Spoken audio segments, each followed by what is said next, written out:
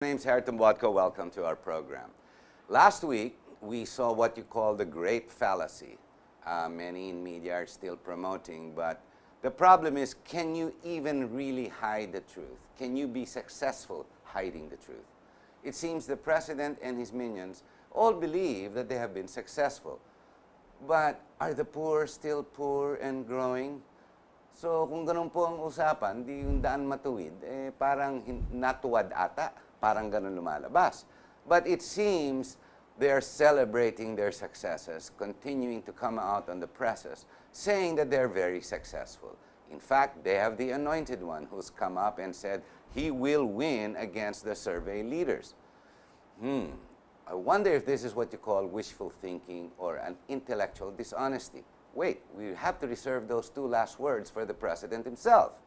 Because after all, he has promised us a great deal and says we will be the first world country. I imagine the country and city he talks about must be monopoly. I imagine it must be because of the gaming, the casinos that are growing on Rojas Boulevard. I'm talking about the gaming because it's not even limited to these areas. It has now moved on to the barrios, the municipalities, to the cities, to make sure that they take the money that is due them. But hang on, who is them?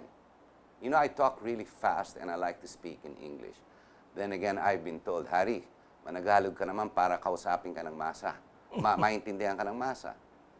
Pero, nakikinig ba ang masa? Hindi ba nanonood ng teleserya? Hindi ba naniniwala sa mga artista? Hindi naman ako artista. Hindi naman ako celebrity. Bakit ako, sino kinakausap ko? Sino kakausapin ko? Well, I like to think critical thought is for those who have a specific intelligence, a background, meaning people who are learned. Excuse me, I'm not talking about Pinoy. You're not part of this. It's very hard to understand this. Critical thinking are for those who are learned, who have a background in education that push. Anyway, so much about my presentation of facts. So what I call facts, for all you know, me belonging to media, I might be just like one of the others that are brainwashing you to thinking what we think because we are no better than you. Ladies and gentlemen, in this program, I'd like to present to you Kapatiran. We have the Sec General. We've got Alba. And of course, you've met Lito David, who's run for senator in the last two elections. But he's not giving up, mind you. He is not going to give up, and he's going to push because his advocacy was never for sale to begin with. We have the Kapatiran Party. Gentlemen, salamat narito kayo. Maraming salamat, Brother Harry. Ang ganda pakinggan, brother. Wag naman, baka isipin, taga-INC ako. Alam mo, ang INC, dapat i-tax ng mga yan. Tsaka pag lumabas, matiwalag ka, mababaril ka pa. Nakakatakot ang INC. You're still Mag-ingat ka part sa of the INC. party. So we call each other brothers and sisters in the party. So Oo, pero I'm used to it. You're used to it. Kasi pag sinabi mo akong brother, baka tumago ako kasi baka mabaril tuloy ako. Nako. Lito, let's start with you. What do you think? A quick analysis or comment on the great sona of the great Philippines, of the greatest and most perfect president. Well, as I see it, the administration of Noynoy Aquino started as an ambition, and rightfully it will end with an ambition. Okay? It started as a sentiment, and therefore it will end as a sentiment. Kaya nga puro paalaman doon, pasasalamat sa barbero niya, sa kanyang Tsaka yung sumusubo sa kanya. Oo, pag kumakain, nakanganga. At susubo yung kutsara sa bibig niya. Handa ng kanyang damit, yung mga gano'n. Ang nakakalungkot doon, we were all hoping, somehow some changes will happen. We're not even asking for a renewal or a transformation of society. We're simply hoping that there will be some physical changes, changes in the lives of the people in terms of standards of living, ganyan. So yung poor. Oo, medyo gumanda sana ang tindig, But hindi naman nangyari yon. So kasi nga, nung mag-umpisa, sentimiento ang umiral. So, sentimiento din magkatapos yan, Kasi yung nanay, yung namatay. Pero alam mo, hindi ko maintindihan yun, Lito. Why? The mother's presidency was not better. I remember it as a total blackout. And business was poor. Everything went down. It was poor administration. of the country? Well, essentially kasi the Aquinos are coming from, well, including the Cojancos are coming from feudal families, no? And feudal families are not even after the development of the rest, no, of the nation. Ang importante sa kanila is to protect their interest, no? Kaya ganun lang yung ginagawa nila, no? Hindi yan katulad nung, for example, if ang kandidato or isang leader nanggaling sa industrialized, a family that is engaged in industries, no? Mas progressive mag-isip yan, no? Ang tunguhin yan towards a more progressive society. So the background is where it's held them back because of feudalistic pa rin. is what you're Oo, saying. hasindero sila eh. Di, ang gusto nila ganun lang. Mr. Alba, Albert, quick analysis mo sa SONA. Well, so now it was 2 hours long, a list of accomplishments. Yeah, perhaps 50% of it is true. The other ones are Maraming inantok, ano? so content. But what I would like to have seen or heard was, kaya mo na yung nangyari with the past, but I would wanted to hear his plans for the future.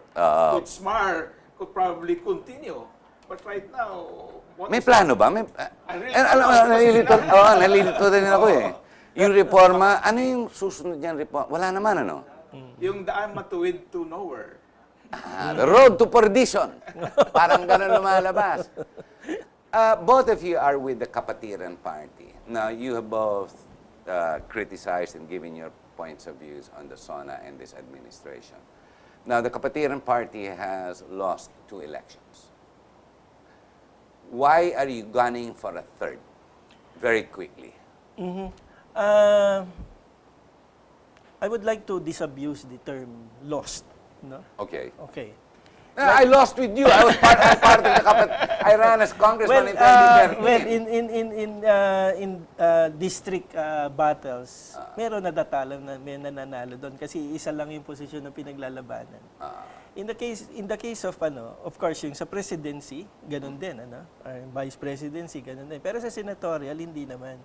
I would like to tell the people na pagdating sa eleksyon ng senador, walang nananalo at natatalo.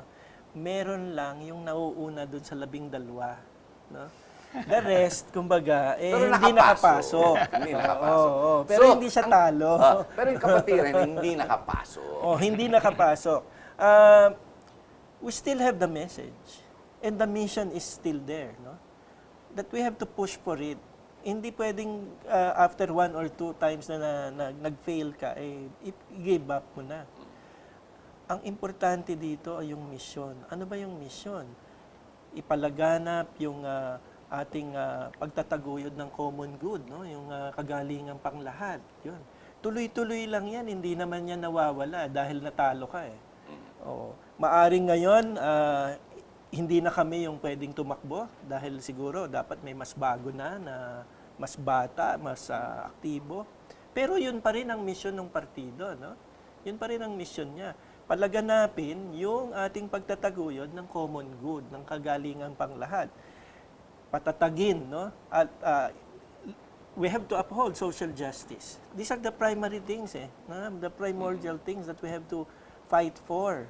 Dahil until such time na mangyari yan, hindi tayo pwedeng tumigil. We owe it to the people, no? We owe it to the people, especially those who started supporting us. We cannot stop. Albert, you're the Secretary General and you've been in the party for some time now. Hindi ka naman, you're not a newbie, di ba, sa Kapatiran. Why is it hindi kayo nauubusan ng pondo, hindi kayo nauubusan ng pagod, hindi kayo dumadating sa gano'n na takbo na naman ba tayo? Parang gano'n. Yung sinasabi ni Lito, di ba? Yeah. Si Lito kasi, I've known Lito for some time. And this guy's determination is unfathomable. I mean, he will keep going. He is like an ever-ready battery, except it never shorts. Kayo po. Well, the belief in the principles that Kapatiran stands for the common good, for the preferential option for the poor. I see every day the poor. And, I mean, your heart cries out to them because nobody's And government really is doing something for them. But there is no representation of the poor. We even have multiple party list groups. There is no real representation of the poor. Let's face it. The rich represent the poor, even in Congress. Yeah, but then they should do something for the poor. When they pass legislation, it should be for the poor, for those who have less in But life. the poor has never backed up the Kapatiran. This is my great beef about the Kapatiran. Yeah, maybe, but we need to do some more, maybe teach. But late, because the poor really, they're not only poor in material things, they're sometimes poor in Education. information, in education. And maybe that's what we need to do also, to educate them. So because to tell them that you have the power in your hands. But we all know, I don't know if you will contest me or not, Lito. The poor vote when they are paid and will not even bother to vote when they're not paid. This is the statistics I got on the grassroots. Yeah. Di ba? I mean, I hate to say it, pero boto mo ako, sige. Oh, nakalabas yung palad eh. Yan ang problema ko dyan. May study ang Ateneo. They conducted 16 small group discussions among the urban and the rural poor. Ito yung findings nila, which is very contrary to the belief of many. The vote of the poor is a thinking vote. The poor know what kind of leader they want. However, the electoral process often fails to provide them with the good leaders they seek.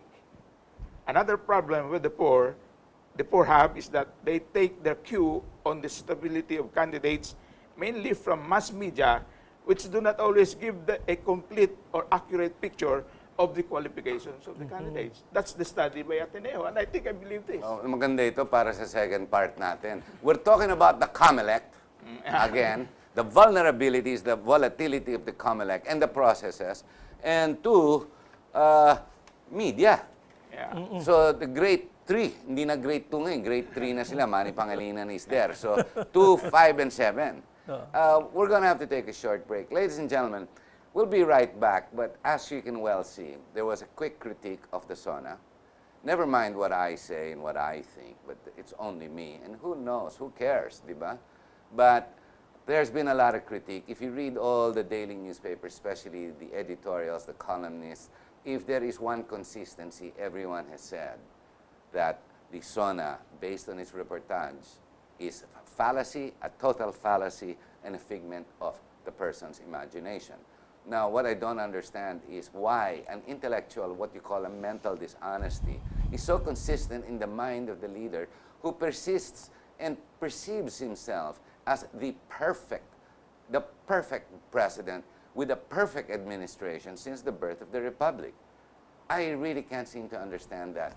Either, let's see, he is anime or made in Disneyland, which I doubt.